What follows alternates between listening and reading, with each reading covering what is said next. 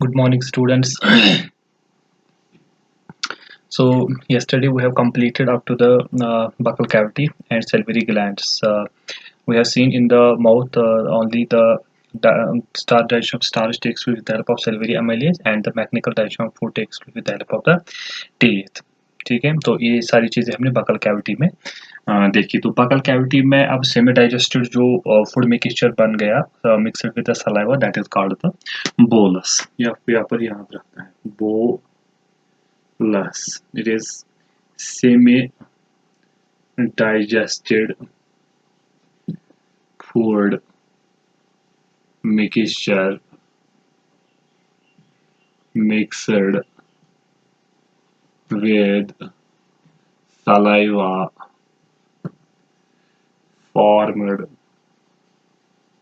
inside buccal cavity. उस जो food content वहां पर बनेगा उसको हम कहते हैं food bolus. Now the food bolus will move to the next part of the this elementary canal, that is the pharynx.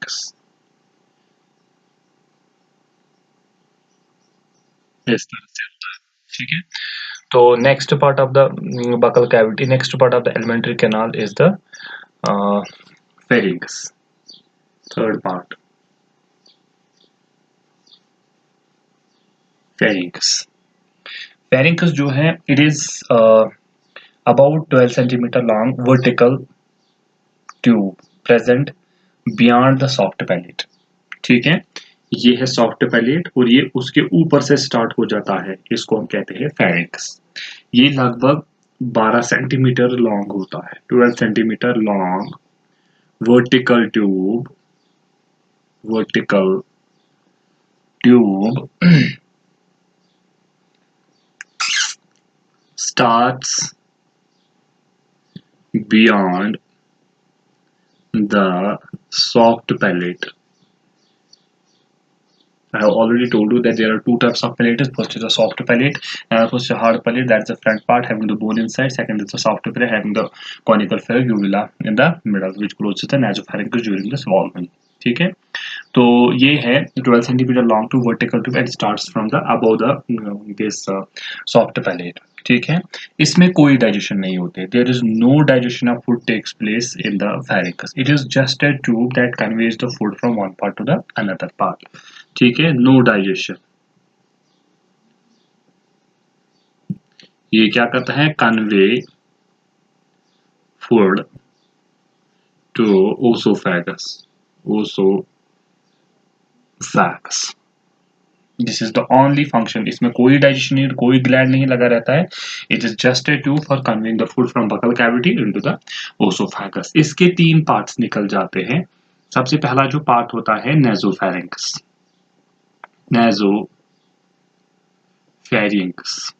And second part जो होता है इसका ओरोफैरिंक्स।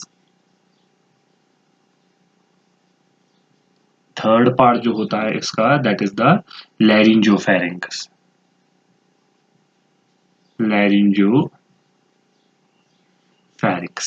नासोफैरिंक्स जो अपर पार्ट होता है, ये वाला part, it is called nasopharynx. Then जिसमें बकल कैविटी ओपन होती है दैट इज कॉल्ड ओरोफैरिंक्स। और जो फिर नीचे जाता है लैरिंक्स में ओपन हो जाता है उसको कहते हैं लैरिंजोफैरिंक्स। ठीक है, तो nasopharynx it is the upper most part of the pharynx. इसके ये सबसे ऊपर वाला पार्ट होता है, इसमें दो छेद होते हैं जो नाक के होते हैं और साइड्स में दो छेद होते हैं जो कानों के होते हैं। ठीक है, the upper part,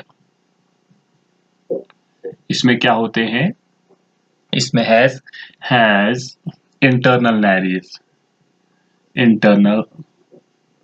नैरीज roof, in the roof ऊपर वाले पार्ट में इसे, and eustachian openings of eustachian, EUSTACHRAN, eustachian tubes on sides।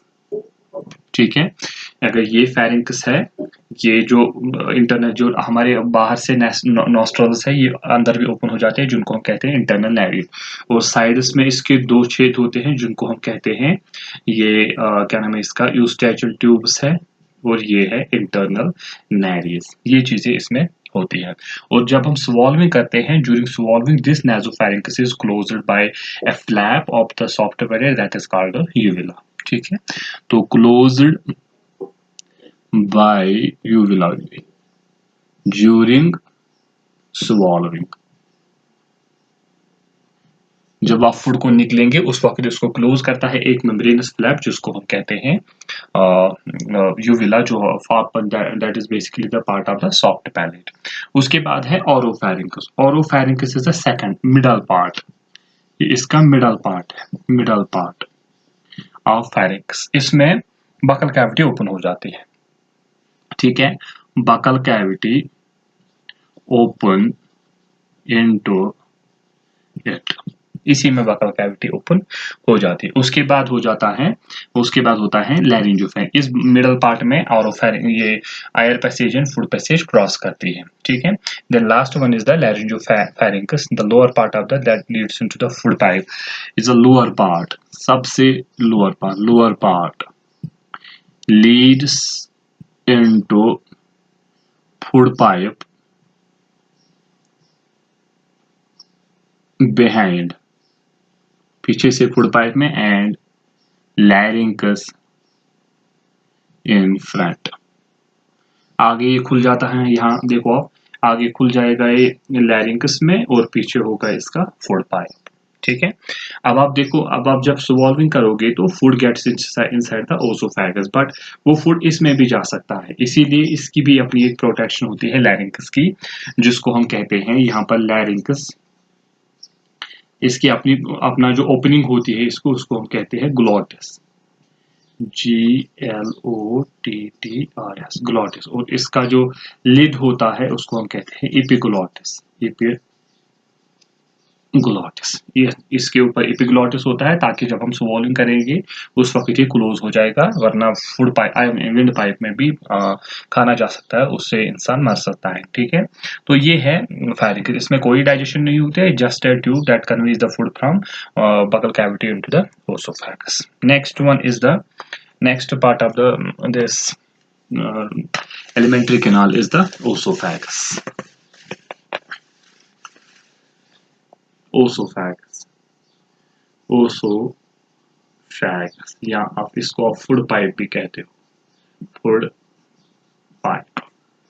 ठीक है, ये क्या है, ये 25 centimetre long narrow muscular tube, ये 25 सेंटीमीटर लॉन्ग मस्कुलर ट्यूब होता है, हैविंग मस्कुलर वॉल्स। ये क्या करता है, कन्वे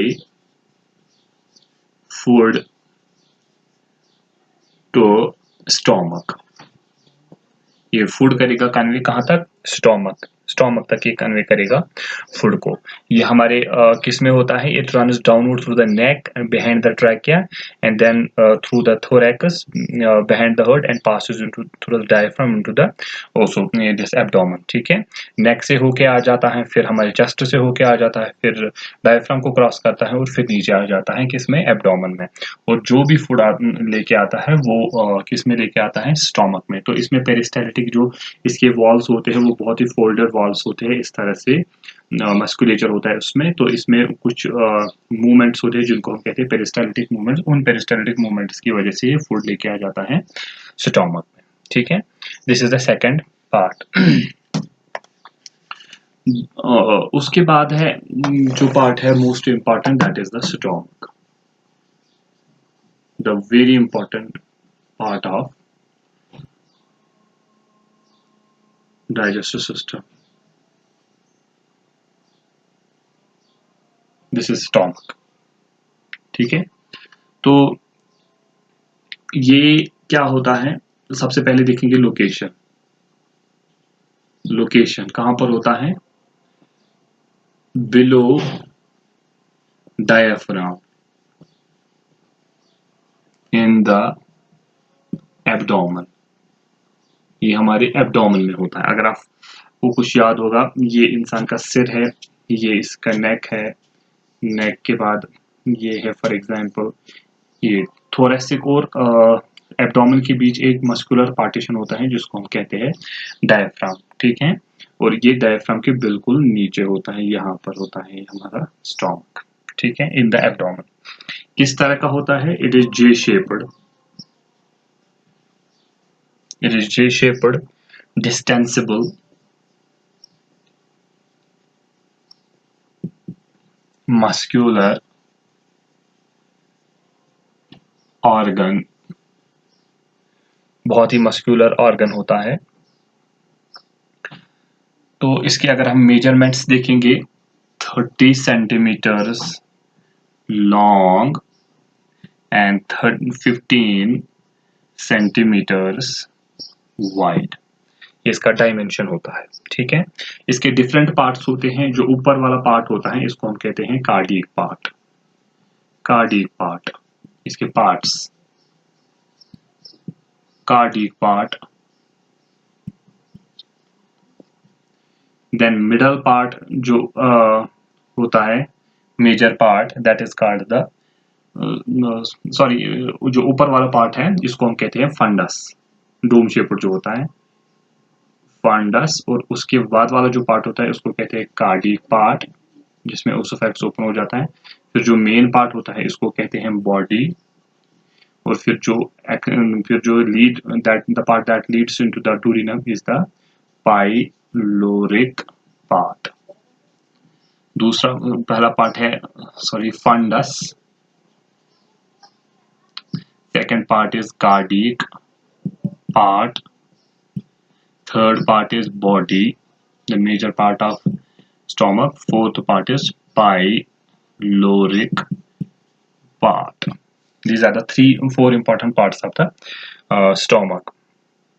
फंडस इज, ये ऊपर वाला ये डोम शेप्ड पार्ट होता है, ये वाला पार्ट, ये डोम शेप्ड पार्ट होता है। इसमें सिर्फ कुछ गैसेस रह जाते हैं, ठीक है। It's a small dome shaped upper part, it often contains gas और आयर। जो भी गैस बनता है, जो अपर डोम शेप्ड पार्ट, इसमें क्या होता है? कंटेन गैसेस, बस इसमें ये वाला पार्ट होता है। और फिर जो नेक्स्ट पार्ट होता है जिसमें ओसोफैगस ओपन हो जाता है, जिसको हम कहते हैं it is the cardiac part of the this stomach, जिसमें ओसोफैगस ओपन हो जाता है, ठीक है। ओसोफैगस ओपन इनटू इट, ठीक है। इसीलिए यहाँ पर एक इसकी यहाँ पर ओपनिंग पे एक स्फिंक्टर होता है, एक मस्कुलर फ्लैप होता है जिसको हम कहते हैं कार्डियक स्फिंक्टर, जो क्या करता है, जो इसको जो रिगर्गिटेशन ऑफ फूड से प्रोटेक्ट करता है। That means back full of food, to prevent the back full of food from stomach back into the oesophagus. क्योंकि जब इसमें चर्निंग मूवमेंट्स होगी स्टमक में, तो उस मूवमेंट्स की वजह से फूड फिर से वापस आ सकता है ओसोफैगस। उससे प्रोटेक्शन के लिए हमारे पास होता है वहां पर कार्डियक स्फिंक्टर, ठीक है। ओपनिंग जो होता है, ओपनिंग होता है वो कार्डियक अपर्चर, ये गार्डेड बाय कार्डियक स्फिंक्टर, ये होता है। It prevent is the regurgitation of food, इससे रिगर्गिटेशन ऑफ फूड नहीं होता है। तो इससे क्या हो जाता है? Prevent regurgitation of food, that means back flow of food back into the stomach. ये वाला इसका आपने ये आपको अगर कुछ ध्यान हो कि बच्चों में आम जो कोडलिंग ऑफ लिप वो वापस आ जाती है, क्योंकि उनमें ये कार्डियक स्फिंक्टर बहुत ही अंडर डेवलप्ड होता है, बहुत ही वीक होता है। जब इंसान बड़ा हो जाता है, ग्रोथ हो जाती है इंसान की, तो उसके साथ ही ये भी डेवलप हो जाता है पूरा। इसीलिए उनमें ये कार्डियक स्फिंक्टर वीक होने की वजह से कंटिन्यूसली उनकी कोडलिंग वापस आ जाती है, थोड़ा सा जर्क लगने के बाद भी, ठीक है। तो उसके बाद है body is the major part, is a major part of the stomach where the digestion of food takes place. Last part is the pyloric part, the part that leads into किसमें? leads into डुodenum part of small intestine।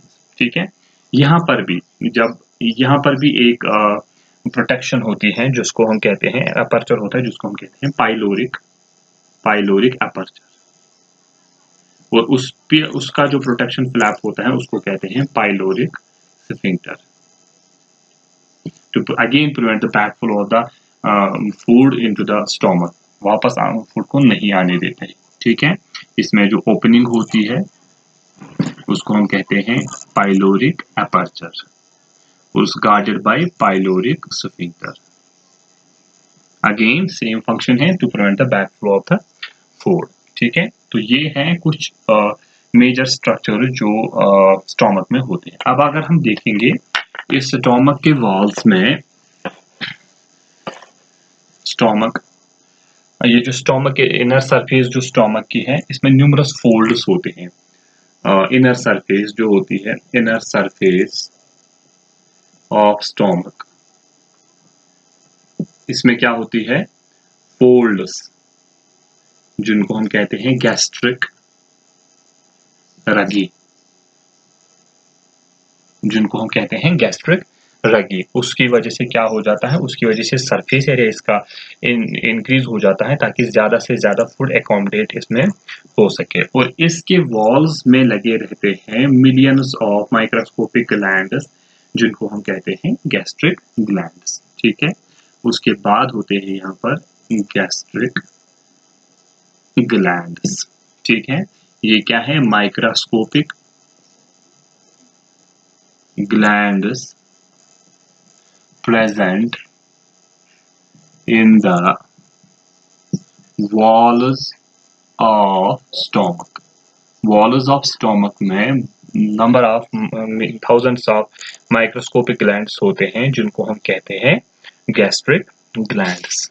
ठीक है, in gastric glands का क्या काम होता है, जैसे कि सैलिवरी ग्लैंड्स का काम होता था to release the saliva that contains enzymes, इस गैस्ट्रिक ग्लैंड का भी काम होता है, इट रिलीजेस, क्या करता है, गैस्ट्रिक जूस। ठीक है, और स्टोमक उस गैस्ट्रिक जूस में क्या क्या होता है वो हम देखेंगे कि उसमें क्या क्या चीजें होती है। सबसे पहले उसमें HCl होता है, हाइड्रोक्लोरिक एसिड। ठीक है, दूसरा क्या होता है इसमें, अगर हम गैस्ट्रिक ग्लैंड्स की बात करते हैं तो gastric glands release the gastric juice, इसमें सबसे पहले HCl होता है और दो प्रो एंजाइम्स होते हैं, टू प्रो एंजाइम्स। प्रो का मतलब होता है इनएक्टिव। क्यों इनएक्टिव होते हैं ये, क्योंकि हमारा स्टोमक भी फ्लश, हमारा स्टोमक भी प्रोटीन है, अगर हमारी स्टोमक में फूड नहीं है और ये निकल जाएंगे तो ये हमारे स्टोमक को डाइजेस्ट कर सकते हैं। That is why they are released in inactive form. When the food gets inside the stomach they are being activated, after that they act on the food, so and our stomach is protected। तो कौन कौन से pro enzymes होते हैं इसमें, सबसे पहला propepsin, दूसरा प्रोरेनिन, ये दो एंजाइम्स होते हैं यहाँ पर। अब उसके बाद थोड़ा सा म्यूकस, और क्या होता है इसमें, म्यूकस ग्लैंड्स होते हैं इसमें, वो म्यूकस प्रोटेक्ट करता है हमें HCl से, ये पूरे वॉल को कवर कर लेता है, तो ये हमें HCl से बचा लेता है, क्योंकि इसमें बेस होती है म्यूकस में, तो HCl एसिड होता है, तो वो न्यूट्रलाइजेशन रिएक्शन हो जाता है वहाँ पर। तो यहाँ पर pH कितना होगा, अगर वहाँ पर HCl है तो pH 2 होता है, एसिडिक pH होता है वहाँ पर। कितना जूस निकलता है दिन भर, 2 to 3 लीटर्स पर डे। ठीक है, 2-3 litres of secreted per day जहाँ से निकल जाता है। अब हम देखेंगे इन एंजाइम्स को कैसे एक्टिवेट किया जाता है और ये किस फूड के किस पार्ट पे एक्टिव करते हैं। ठीक है, और भी एक एंजाइम होता है जो एक्टिव होता है, जिसको हम कहते हैं गैस्ट्रिक लाइपेज, जो लाइपेज पे एक्टिव करेगा।